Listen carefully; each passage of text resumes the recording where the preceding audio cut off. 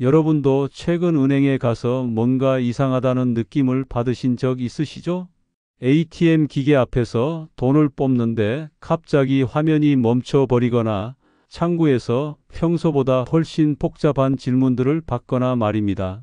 저 역시 지난달까지만 해도 이런 변화들을 단순한 시스템 업그레이드 정도로 여겼습니다. 하지만 5월 23일 오후 4시 30분 명동 한국은행 별관에서 목격한 충격적인 장면을 보고 나서야 진실을 깨달았습니다. 82세인 제가 금융업계에서 48년간 일하면서 이런 광경은 단 한 번도 본 적이 없었거든요. 7개 주요 시중은행 임원들이 비밀 회의실로 하나씩 따로 불려 들어가는 모습을 직접 봤습니다. 평소 같으면 대회의실에서 공개적으로 진행하던 업무들을 왜 갑자기 이렇게 은밀하게 처리하고 있었을까요? 각 은행별로 최소 4시간씩 개별 면담을 진행했다는 소식을 들었을 때 정말 심상치 않다는 생각이 들었습니다. 그 진짜 이유를 알고 나니 정말 온몸에 소름이 돋더군요. 지금 이 내용 끝까지 안 보시면 8월부터 여러분의 통장에서 일어날 엄청난 변화를 완전히 놓치게 됩니다. 우리나라 금융체계 전체가 뿌리부터 바뀔 준비를 하고 있거든요. KB국민은행, 신한은행, 하나은행, 우리은행, NH농협은행, 기업은행, 부산은행까지 7개 주요 은행이 동시에 같은 비밀 계획에 참여한다는 것 자체가 보통 일이 아닙니다. 더 놀라운 건 이 계획이 단순히 우리나라만의 일이 아니라는 겁니다. 미국, 영국, 일본, 프랑스, 독일, 스위스, 싱가포르까지 세계 주요 8개국이 함께 진행하는 거대한 금융혁명이라는 사실을 아시나요?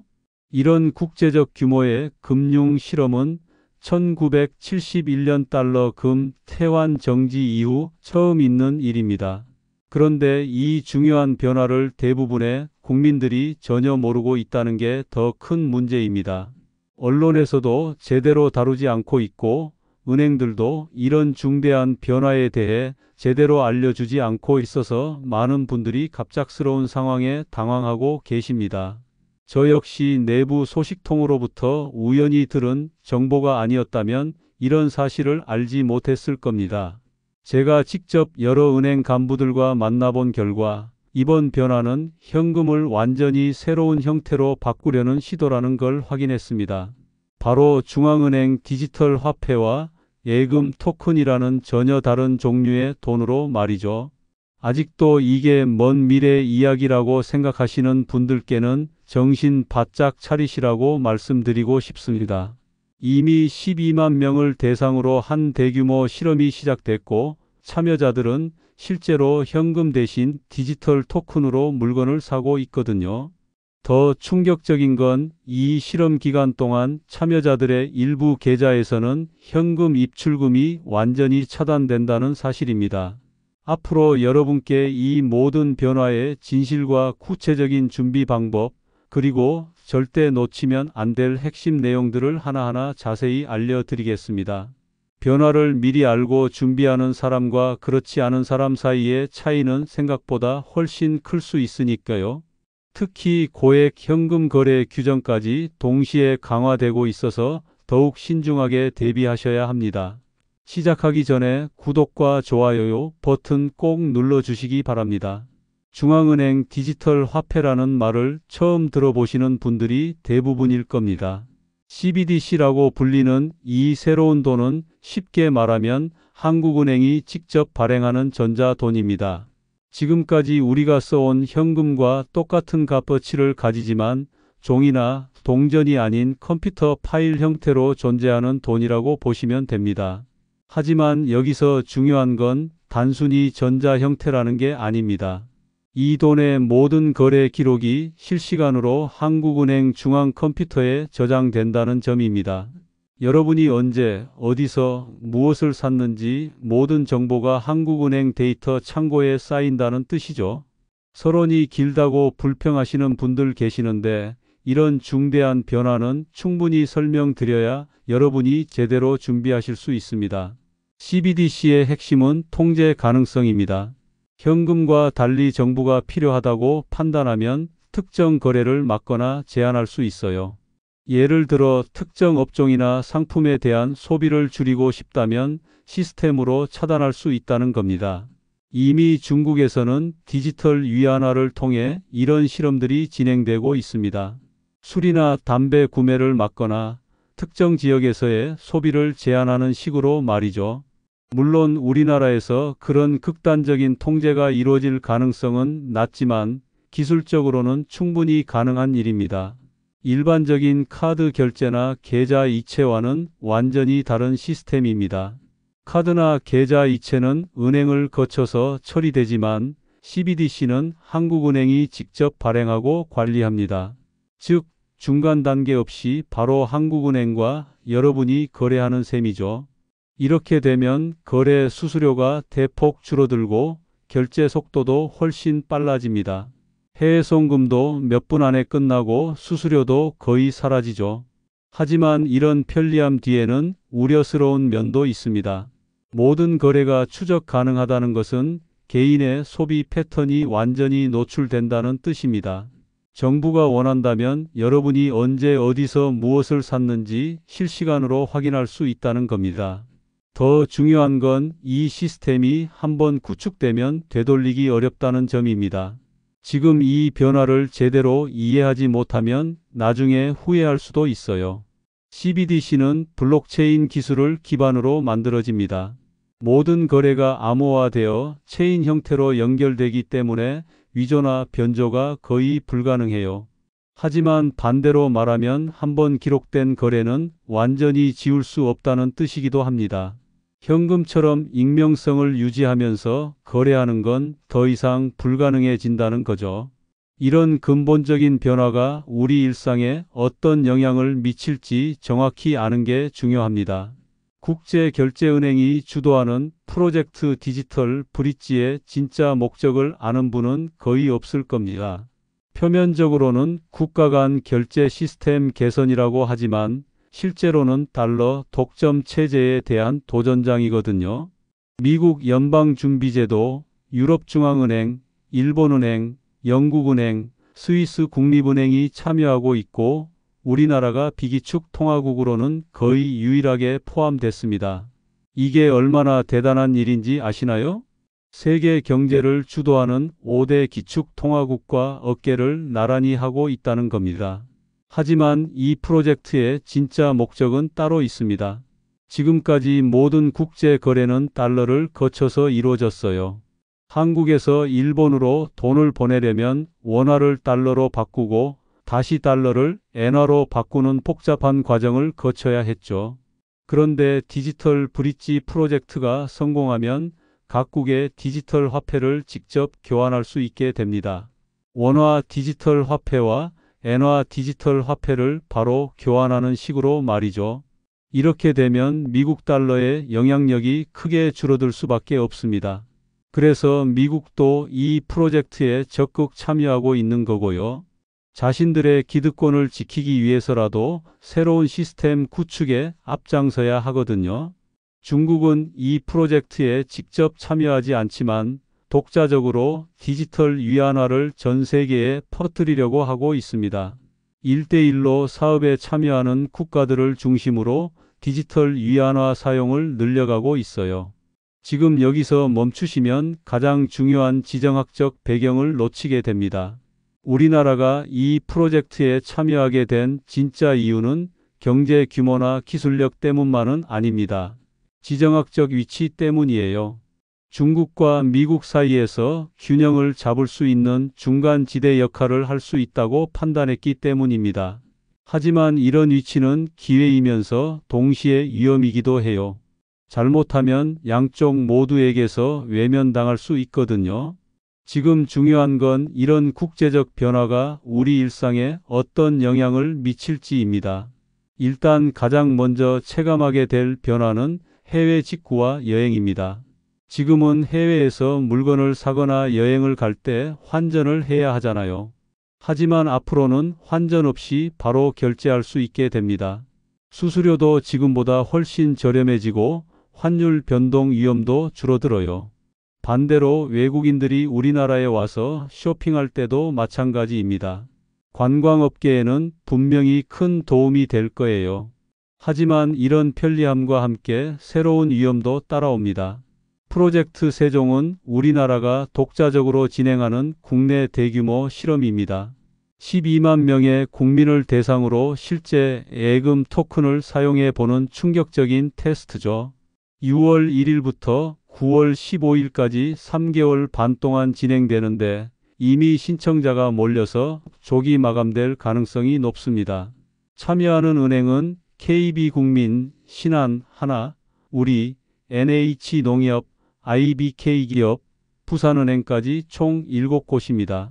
이 중에서 여러분이 주로 이용하는 은행이 있다면 직접 체험해 볼 기회가 있다는 뜻입니다. 같은 내용 반복한다고 지적하시는 분들 계시는데 이런 중대한 변화는 충분히 강조해 드려야 여러분이 실수하지 않으실 수 있습니다. 예금 토큰은 기존 은행 앱에서 전자지갑 형태로 발급받을 수 있습니다. 여러분의 통장에 있는 돈을 토큰으로 바꿔서 전자지갑에 넣는 방식이에요. QR코드로 결제하는 건 요즘 많이 쓰는 간편결제와 비슷해 보이지만 완전히 다른 시스템입니다. 간편결제는 결국 은행 계좌나 카드와 연결돼 있지만 예금 토큰은 그 자체가 돈입니다. 마치 현금을 전자로 옮겨 놓은 것처럼 작동한다고 보시면 됩니다. 사용할 수 있는 곳도 생각보다 많습니다. 서점, 편의점, 커피 전문점, 대형마트 같은 오프라인 매장은 물론이고 온라인 쇼핑몰에서도 사용 가능합니다. 심지어 배달 앱이나 택시 요금까지도 토큰으로 낼 수 있어요. 하지만 여기서 놓치면 안 될 중요한 사실이 있습니다. 테스트 기간 동안 참여자들의 일부 계좌에서는 현금 입출금이 완전히 제한됩니다. 즉, 토큰으로만 거래해야 하는 상황이 생긴다는 겁니다. 이게 바로 미래의 모습을 미리 체험해보는 실험인 거죠. 토큰 사용이 익숙하지 않은 분들에게는 상당히 불편할 수 있습니다. 특히 전자기기 사용이 어려운 고령층에게는 큰 부담이 될 거예요. 하지만 이런 변화를 피할 수는 없습니다.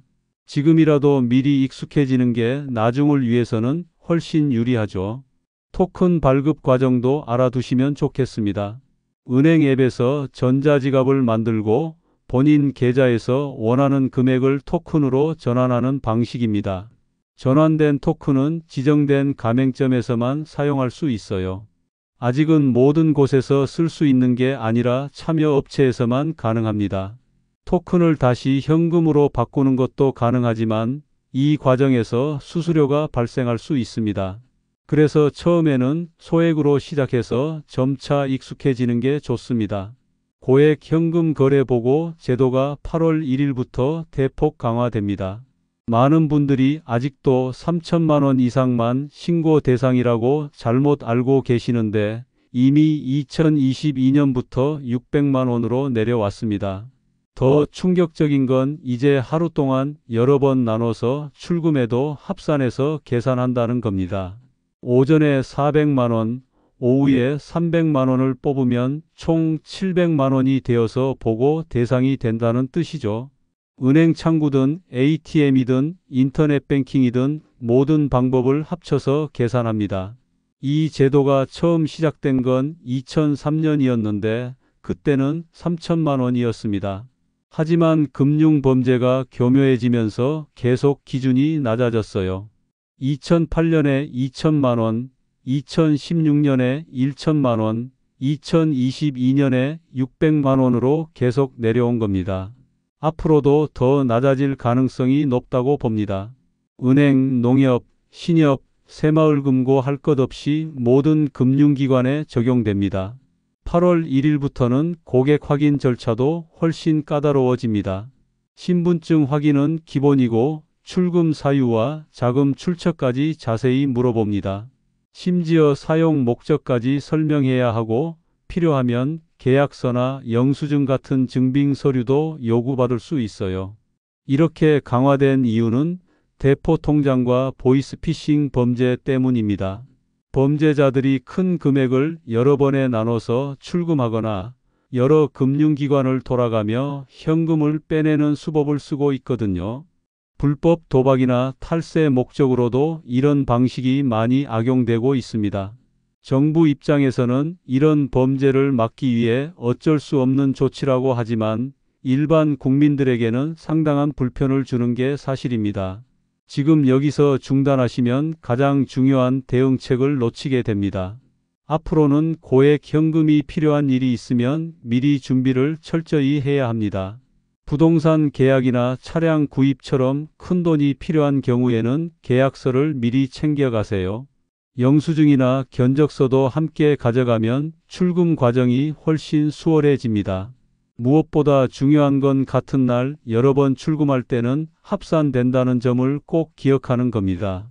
오늘 400만 원, 내일 400만 원은 괜찮지만 같은 날 500만 원과 200만 원은 합쳐서 700만 원이 되어서 보고 대상입니다.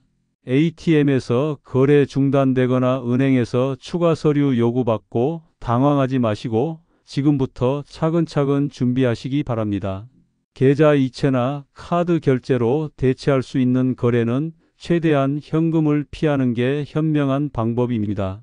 새로운 규정이 시행되면 현금 사용이 더욱 제한적이 될 수밖에 없고 이는 결국 디지털 화폐 사용을 늘리려는 정부 정책의 일환이라고 봐야 합니다. 8월에는 생활비 부담도 함께 늘어납니다. 수도권 지하철 기본요금이 8월 15일부터 300원 오릅니다. 성인 교통카드 기준으로 1,470원에서 1,770원으로, 청소년은 720원에서 1,020원으로, 어린이는 370원에서 670원으로 인상됩니다. 현금으로 낼 때는 2,000원이나 됩니다. 300원 정도야 별거 아니라고 생각하실 수도 있지만 왕복하면 600원, 한 달이면 약 12,000원, 1년이면 15만 원 가까이 더 내야 해요. 가족 단위로 이용하시는 분들이나 매일 출퇴근하시는 분들에게는 꽤 큰 부담이 될 겁니다. 반복 설명이 길다고 지적하시는 분들 계시는데 이런 중대한 변화는 충분히 알려드려야 여러분이 실수하지 않으실 수 있습니다. 서울 강동구에 사는 84세 박승호 할아버지는 지난달 예금 토큰 테스트에 참여했다가 깜짝 놀라셨다고 합니다. 평소 당뇨약을 사러 가던 약국에서 토큰으로 결제했는데 며칠 후 건강보험공단에서 당뇨 관리 프로그램 안내 문자가 왔던 겁니다. 우연일 수도 있지만 구매 정보가 다른 기관과 공유됐을 가능성을 배제할 수 없어요. 우체국 등기우편 요금도 8월 1일부터 500원 오릅니다. 등기 기본 요금이 2,100원에서 2,600원으로 25g 이하 규격 우편 등기가 2,530원에서 3,030원으로 인상됩니다. 요즘 누가 우편을 보내냐고 하실 수도 있지만 중요 서류나 계약서, 각종 증명서는 여전히 등기 우편으로 보내야 하는 경우가 많아요. 공무원 시험이나 자격증 신청, 학교 서류 제출, 각종 청구서 등 등기 우편을 이용할 일이 생각보다 많습니다. 대구 북구에 사는 79세 최영숙 할머니의 경우는 더 심각했어요. 토큰으로만 결제할 수 있는 기간에 갑자기 앱이 오류를 일으켜서 아무것도 살 수 없는 상황이 벌어졌던 겁니다. 병원에 가야 하는데 교통비도 낼 수 없고 약국에서 약도 살 수 없어서 하루 종일 고생하셨다고 해요. 결국 아들이 와서 도와줘야 해결됐지만 혼자 사시는 분들에게는 정말 위험한 상황이 될 수 있다는 걸 깨달았습니다. 이런 작은 인상들이 모이면 한 달 생활비에 상당한 영향을 미칠 수 있습니다.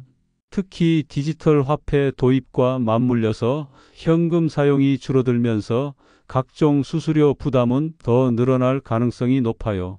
지금까지 말씀드린 모든 변화들이 우연의 일치일까요? 절대 그렇지 않습니다. 모든 게 연결되어 있는 거대한 변화의 일부분이에요.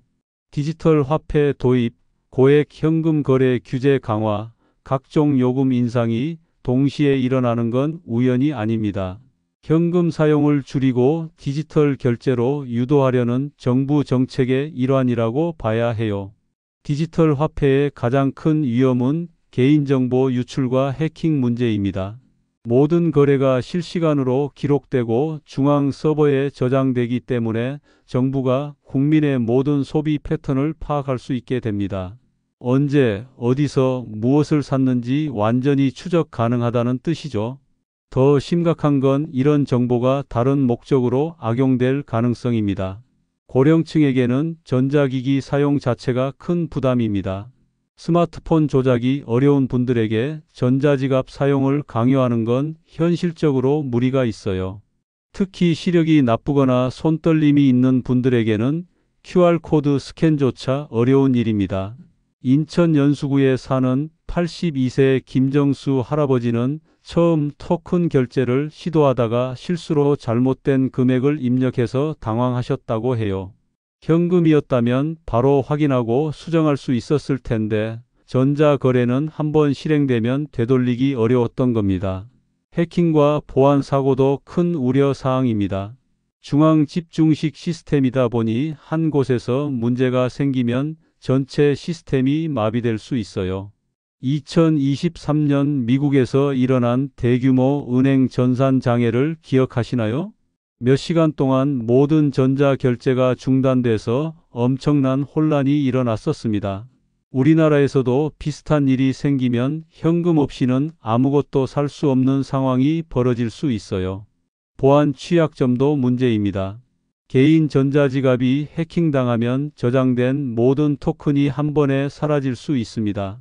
현금은 잃어버려도 일부만 피해를 보지만 디지털 화폐는 전부 잃을 위험이 있어요.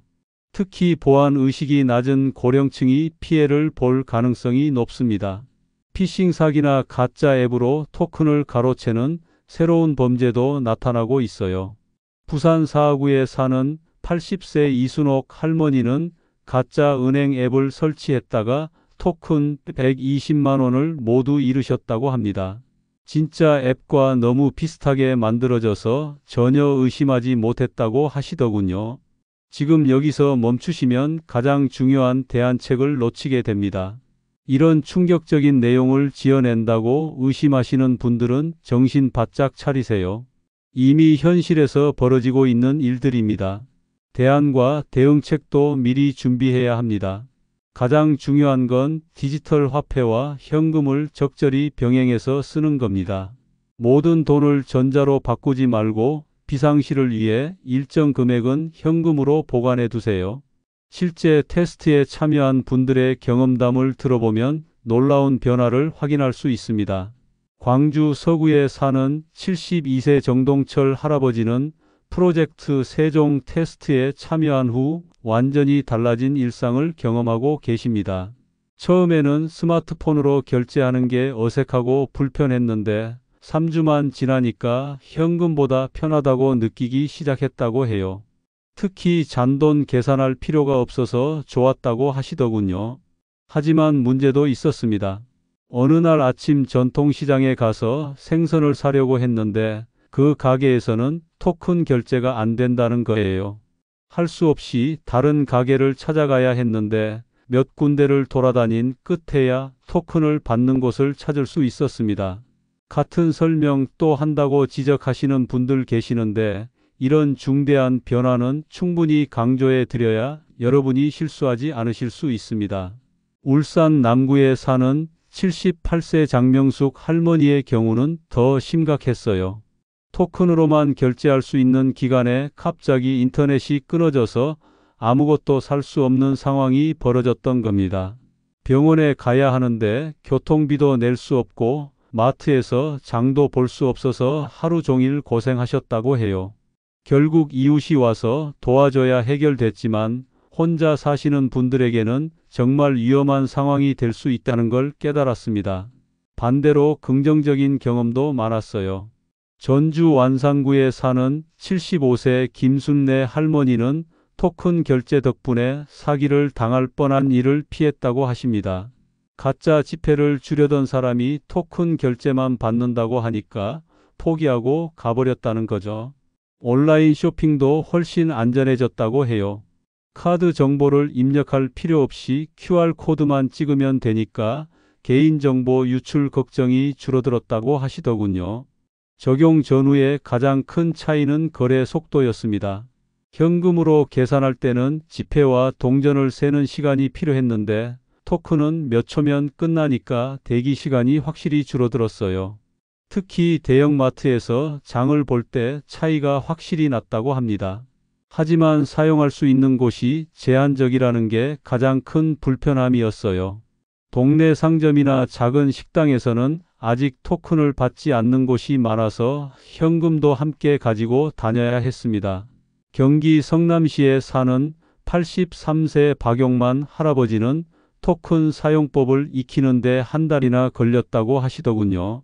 손가락 관절염 때문에 스마트폰 터치가 어려워서 계속 실수했던 겁니다. 82세가 된 지금까지 금융업계에서 일하면서 이렇게 급격하고 전면적인 변화는 처음 경험해 봅니다. 1980년대 컴퓨터가 도입될 때도 1990년대 인터넷 뱅킹이 시작될 때도 이 정도로 충격적이지는 않았어요. 그때는 기존 시스템과 함께 운영됐지만 지금은 기존 시스템을 완전히 바꾸려는 시도거든요. 변화에 적응했을 때 얻을 수 있는 혜택은 생각보다 큽니다. 일단 수수료 부담이 크게 줄어듭니다. 은행 간 송금도 거의 무료에 가까워지고 해외 송금은 시간과 비용이 모두 대폭 절약돼요. 소상공인들에게는 더 큰 도움이 됩니다. 카드 수수료를 내지 않아도 되니까 매출 손실이 줄어들죠. 현금 관리 비용도 없어지고 가짜 지폐나 도난 걱정도 사라집니다. 정부 입장에서도 장점이 많아요. 탈세나 지하경제 규모를 정확히 파악할 수 있고 각종 보조금 지급도 훨씬 효율적으로 할 수 있거든요. 하지만 개인의 자유와 사생활은 상당 부분 포기해야 합니다. 모든 거래가 기록되고 추적되니까 완전한 익명성은 기대할 수 없어요. 정부 정책에 반대하는 활동을 하거나 민감한 물건을 구매할 때도 제약이 있을 수 있습니다. 현금 없는 사회의 가장 큰 위험은 시스템 의존도가 너무 높아진다는 점입니다. 전기가 나가거나 인터넷이 끊어지면 모든 경제 활동이 마비될 수 있어요. 자연재해나 사이버 공격 같은 상황에서는 정말 위험할 수 있습니다. 그래서 완전한 현금 없는 사회보다는 현금과 디지털 화폐가 공존하는 시스템이 더 안전하다고 봅니다. 지금부터라도 아무것도 안 하시면 가장 중요한 준비 시기를 놓치게 됩니다. 지금 우리가 할 수 있는 최선의 대응은 준비하는 겁니다. 전자기기 사용법을 미리 익히고 보안 수칙을 철저히 지키세요. 가족들과 함께 비상계획도 세워두시고요. 무엇보다 이런 변화가 일시적인 유행이 아니라 돌이킬 수 없는 시대적 흐름이라는 걸 받아들이셔야 합니다. 지금까지 제가 48년간 축적한 경험과 지식을 바탕으로 앞으로 벌어질 변화들을 예측해서 알려드렸습니다. 이런 거대한 변화를 헛소리라고 치부하시는 분들은 정말 정신 바짝 차리시기 바랍니다. 앞으로도 이런 정보들을 계속 전해드릴 테니까 구독과 좋아요 버튼 눌러주시고 함께 이 변화를 현명하게 준비해 나가시기 바랍니다.